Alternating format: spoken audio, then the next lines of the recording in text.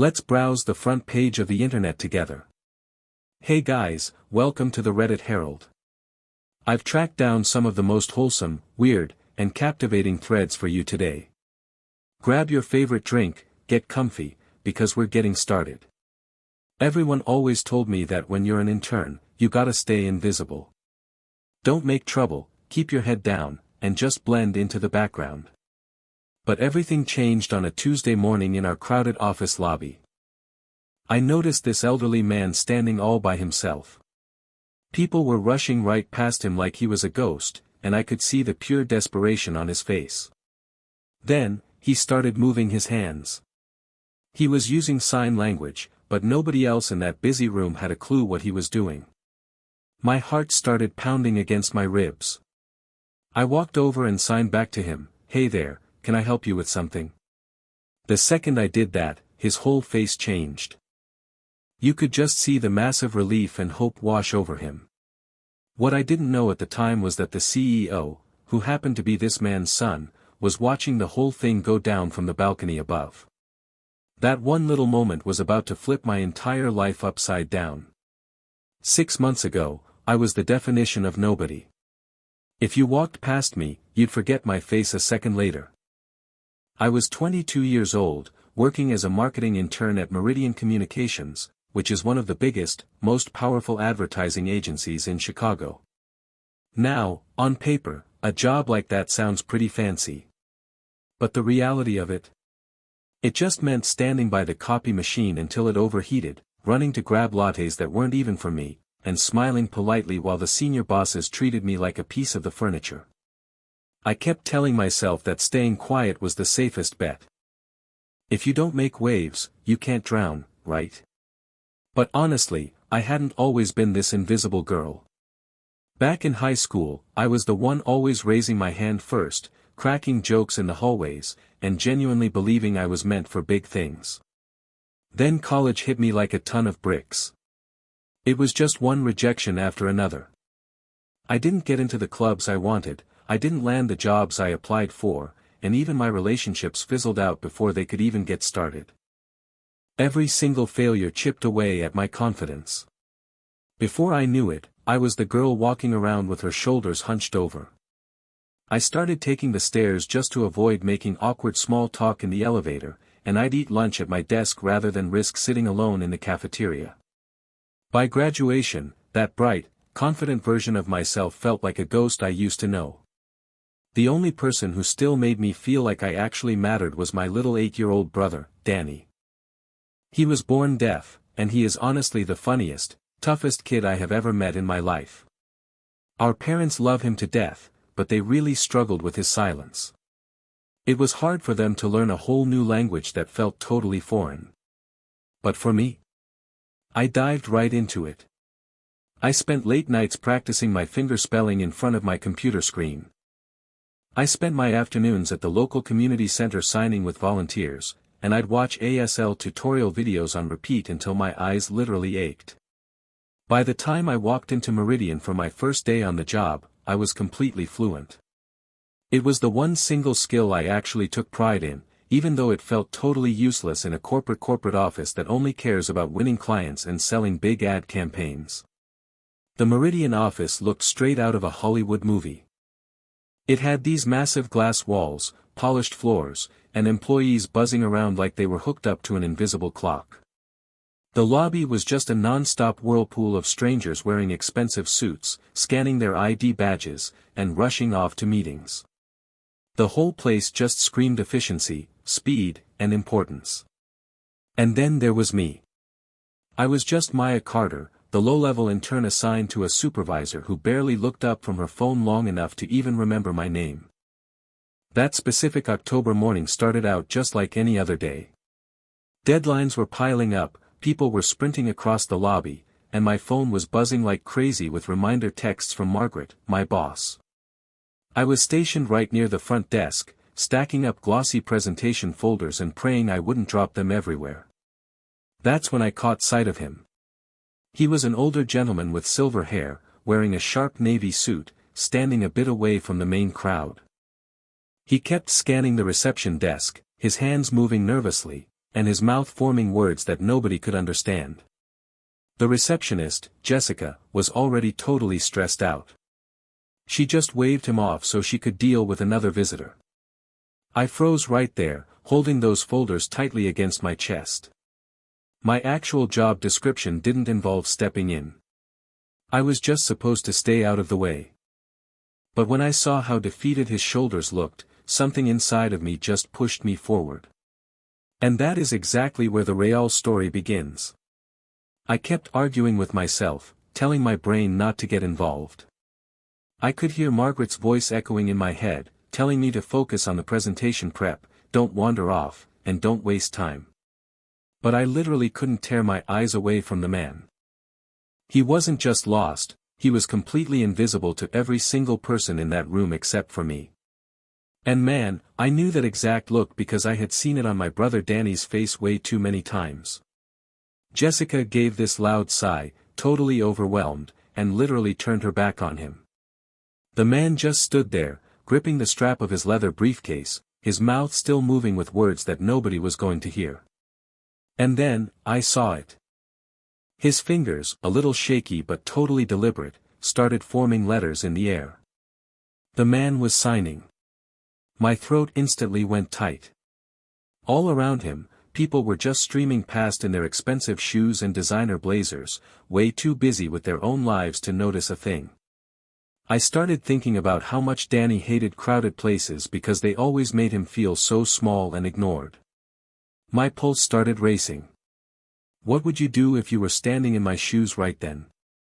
Leave a comment with your thoughts. I knew I couldn't just stand there and watch. I set my presentation folders down on a table and started walking over to him. My palms were sweating through my clothes, and my heart was hammering so loud I could feel it pulsing in my throat. When he finally looked up and met my eyes, I saw that same tired, giving up look I'd seen in my little brother. I lifted my hands up into the air and signed, "Hello. My name is Maya. Can I help you?" It was like watching a guy take his very first deep breath after being trapped underwater for way too long. His entire face completely transformed, and you could see the pure relief shine through. Here is part 2, kept short, simple, and broken down for easy reading. The man signed back to me with total ease, full of gratitude. "You know sign language?" Thank goodness. I didn't think a single person in this building would understand me. He told me he was there to see his son, but he didn't have an appointment. I could tell by the way he hesitated that this wasn't just some casual, friendly drop-by visit. I signed back, "What's your son's name?" "Michael," he answered. "Michael Hartwell." That name hit me right in the chest like a heavy stone. Michael Hartwell wasn't just some random employee. He was the actual CEO of the company. His name was literally etched into the glass wall of the lobby, and his corner office was at the very top of the building. "You're Mr. Hartwell's dad?"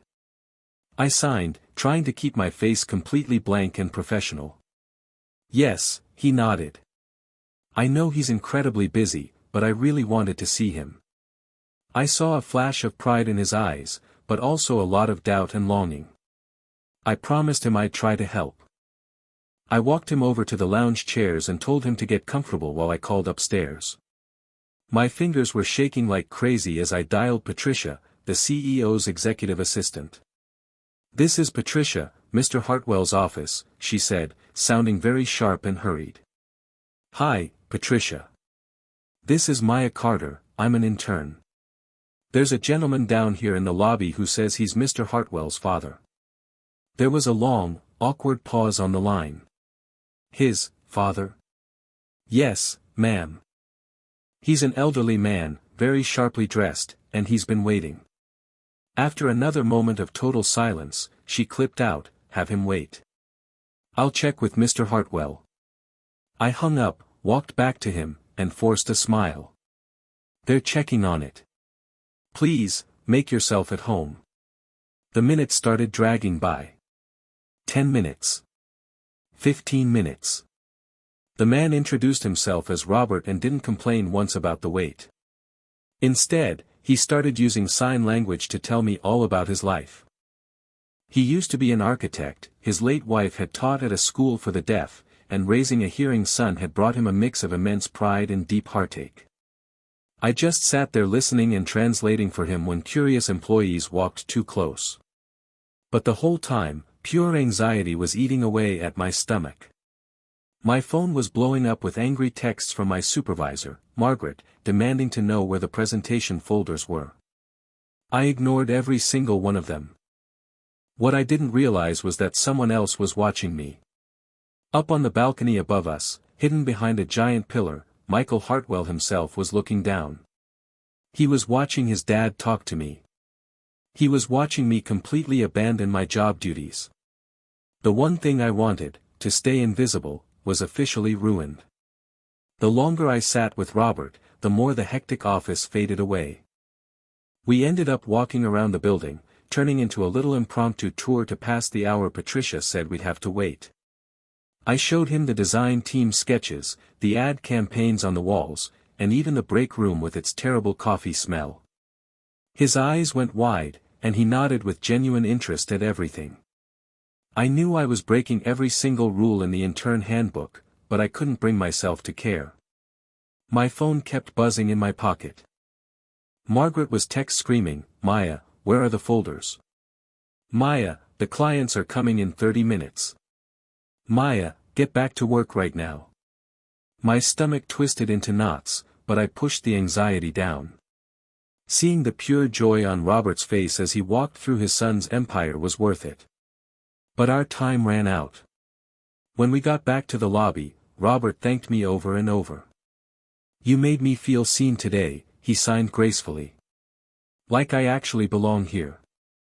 Right at that exact second, I saw Margaret marching toward me. Her high heels were clicking on the marble floor like literal gunshots. She looked furious. "Maya," she snapped, her voice cutting through the lobby. "I need to speak with you right now. You've been gone for hours. Do you have any idea how much you've ruined this presentation?" My throat went totally tight. Robert looked between the two of us, looking confused as his smile disappeared.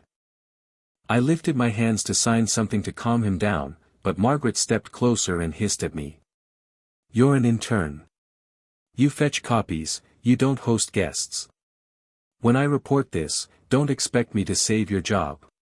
The word stung, mostly because she was right. I had abandoned my post. But strangely, I didn't feel the usual crushing shame. Looking at Robert, I knew what I did mattered way more than a stack of paper. Still, it felt like the end of the world. Margaret grabbed my arm tightly, trying to pull me away. "Come with me," she ordered. Suddenly, a calm, deep voice echoed across the room. "Actually, Margaret, I need to speak with Miss Carter first." Everything stopped. Everyone froze. I snapped my head around, and there he was. Michael Hartwell. The CEO himself was standing 10 feet away, staring right at me with an unreadable expression. Robert's hands shook as he signed my name, his eyes full of something new, hope. In a single second, all the power in that room completely shifted, and the entire lobby held its breath. Here is part 3, kept short and broken down into easy pieces. Every single employee stopped in their tracks. Conversations died out instantly, and even the noise from the printers and elevator bells seemed to go mute. Michael Hartwell was never supposed to be down here in the lobby. His world was up in the high-floor boardrooms, not down on the marble floors where interns got chewed out. Yet, there he stood, tall and completely calm, staring right at me. Margaret froze, and her grip on my arm slowly loosened. "Mr. Hartwell," she stammered, her face turning pale. "I was just handling a situation." "She was helping my father," Michael said. His voice was totally quiet, but it had a sharp edge to it. "And from what I saw, she did it beautifully." You could hear a pin drop. Gasps went around the room. Everyone turned to look at Robert, who sat up a little straighter in his chair, his eyes glistening with tears he didn't even try to hide. Margaret opened and closed her mouth like a fish out of water. I just stood there, my face burning, completely unsure if I was being saved or fired. Michael walked across the lobby with slow, heavy steps until he was standing right in front of us. He bent down so he was eye level with his dad. Then, to my absolute shock, he raised his hands. His movements were clumsy and hesitant, but there was no mistaking it. He was signing. "Dad, I am so sorry I kept you waiting." Robert's jaw dropped in pure disbelief. His own hand started moving fast, trembling a little. "You've been learning?" Michael nodded. "I've been trying. I should have started years ago. I didn't even know you were here today until I saw you downstairs with Maya." He looked at me for a split second, then back to his dad. "I haven't seen you smile like that in a really long time." It was wild to watch. This was the CEO of Meridian Communications, a man people practically whispered about in fear, fumbling through sign language in front of his entire staff, his voice cracking and his tough corporate armor totally gone. Robert's shoulders shook as he signed back. "I thought you forgot how to see me." "I never forgot," Michael said out loud, his throat thick with emotion, before carefully signing it again. "I was wrong. I let too much distance grow between us." Tears literally blurred my eyes. All around us, the employees just stood there in total silence, watching this powerful billionaire apologize to his dad. Robert reached out and touched Michael's arm with so much gentleness.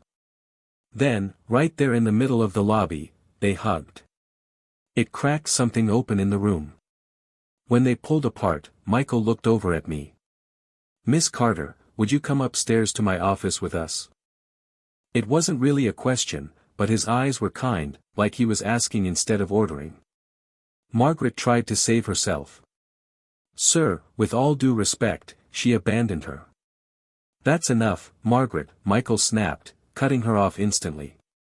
"We will talk later." The elevator ride to the top floor felt like a dream.